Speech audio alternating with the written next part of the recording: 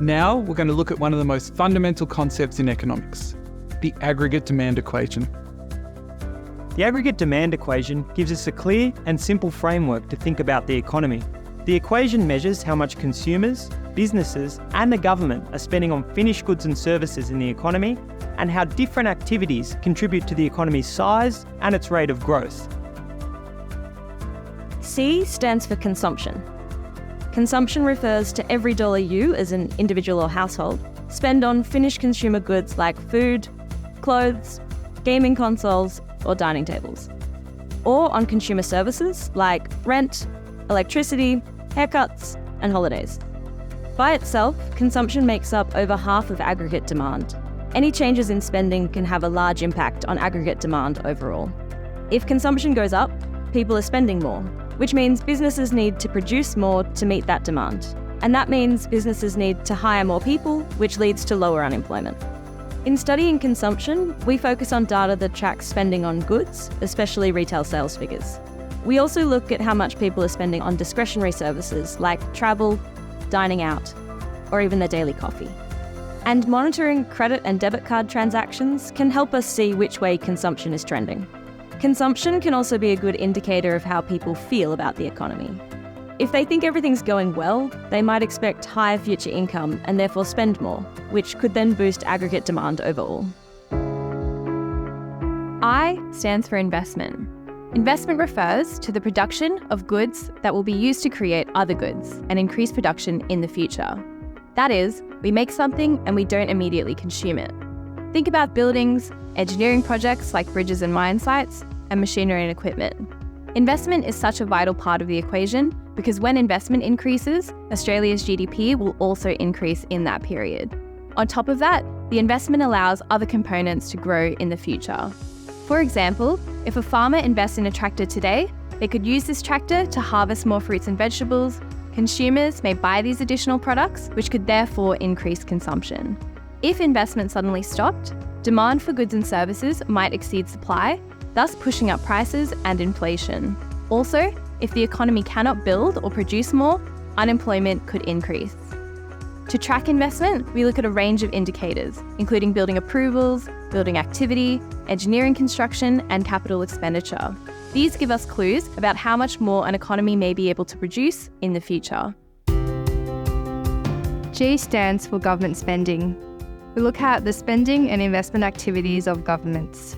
Governments typically play a role in areas of the economy where everyone benefits, but one firm may not have the incentive or the ability to deliver a particular project. For example, everyone benefits from spending on health, education, and national infrastructure, but it may be difficult for the private sector to deliver those on such a large scale. Some areas of government spending can stimulate the economy. If the government spends millions of dollars on a highway, this project will have direct economic benefits to those who need to use it, but the spending on it may have a flow-on or multiply effect throughout the economy.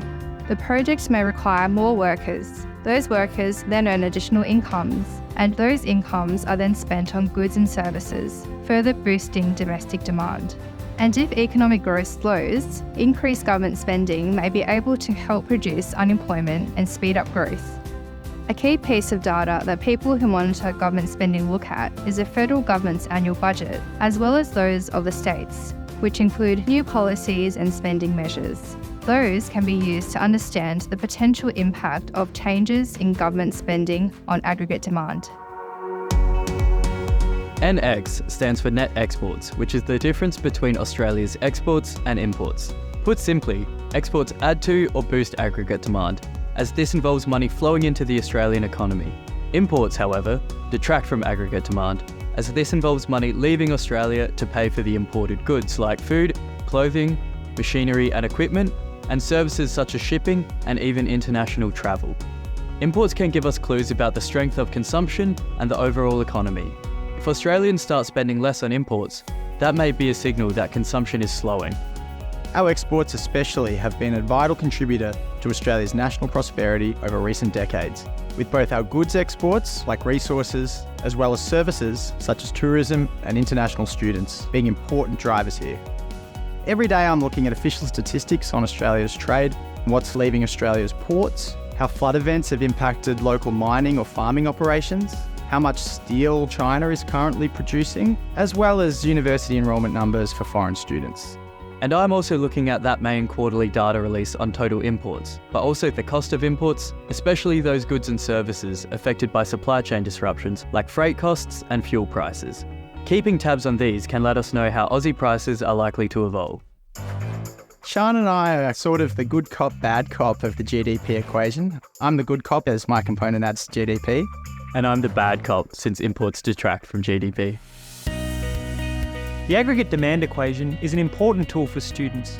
It provides a simple way to understand what's driving spending in the economy and then ask, why is this happening? At the RBA, our economists examine data, apply economic frameworks, and use tools like the AD equation to view problems through an economic lens. This allows us to make policy recommendations to best achieve our goals and ultimately improve the living standards of all Australians. So, any questions?